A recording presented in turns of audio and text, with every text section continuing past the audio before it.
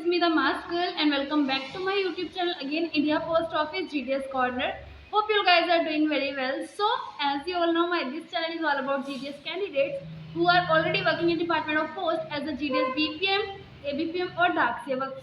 So, if you are new, so don't forget to subscribe my YouTube channel. इसके अलावा अगर आप other social media handles पे active हो लाइक फेसबुक, इंस्टाग्राम, व्हाट्सएप और Telegram, सो उन पे जाके आप मुझे फॉलो कर सकते हो. सारे ही सोशल मीडिया हैंडल्स का जो लिंक है वो आपको डिस्क्रिप्शन बॉक्स में मिल जाएगा.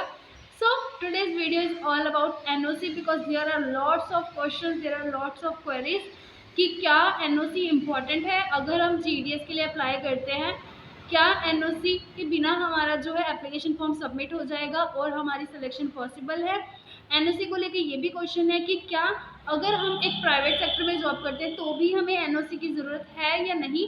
एनओसी के बिना हमारा सिलेक्शन हो जाएगा या नहीं.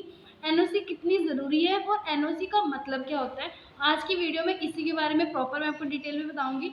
सो इस वीडियो को बिल्कुल भी स्किप मत करना because this video is all about NOC. So let's start the video without wasting your time. So basically NOC का मतलब क्या होता है कि नॉन ऑब्जेक्शन सर्टिफिकेट, कि आपके ऊपर कोई भी ऑब्जेक्शन नहीं है. पास्ट में आपने किसी भी डिपार्टमेंट में काम करा है तो वहाँ से आपके ऊपर कोई भी केस वगैरह नहीं है या कोई भी जो है ऑब्जेक्शंस वगैरह नहीं लगे हैं. बिल्कुल क्लियरेंस आपका जो करेक्टर है, एक तरीके से करेक्टर सर्टिफिकेट होता है कि आपका जो करेक्टर है ऑफिस में बिल्कुल सही रहा है, आपका बिल्कुल काम सही रहा है. सो नॉन ऑब्जेक्शन सर्टिफिकेट होता है वो, जो कि ज़रूरी होता है बहुत सारी चीज़ों में और जॉब के लिए भी बहुत ज़रूरी होता है.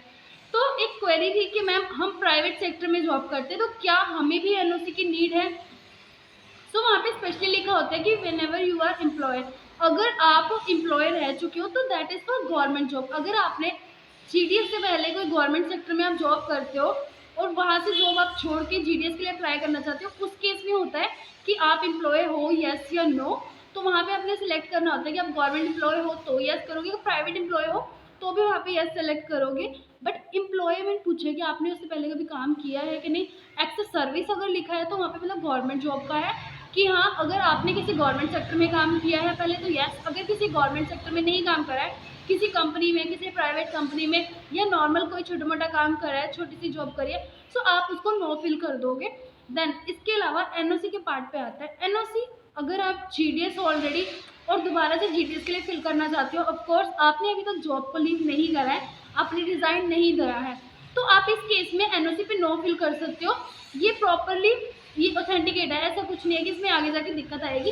अगर एनओसी है वेल एंड गुड है तो आप यस फिल कर दो. अगर एनओसी नहीं है तो आप नो फिल करके भी प्रोसीड कर सकते हो. और ऐसे काफ़ी सारे कैंडिडेट्स हैं जिनको ट्रांसफ़र के ज़रिए अपने जो होम टाउन में सिलेक्शन नहीं मिल रही है, बट वो लोग क्या करते हैं कि न्यू वैकेंसी में फिलअप कर देते हैं. जैसे ही आपका सारा प्रोसेस होगा, डॉक्यूमेंट वेरिफिकेशन होगा, आपको पता लग जाएगा कि आपकी सिलेक्शन वहाँ पे होने वाली है, वहाँ पे ज्वाइन होने वाले हो.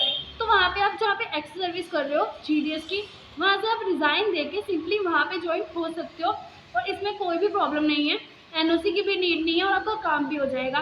एनओसी की इतनी ज़्यादा इंपॉर्टेंस नहीं है अगर आप एक जीडीएस हो. बट अगर आप किसी और डिपार्टमेंट से इस डिपार्टमेंट में आ रहे हो तो एनओसी आपको ज़रूरी मस्ट है कि आपने जो पुराना डिपार्टमेंट है वहाँ से आपके पास नॉन ऑब्जेक्शन सर्टिफिकेट होना ज़रूरी है.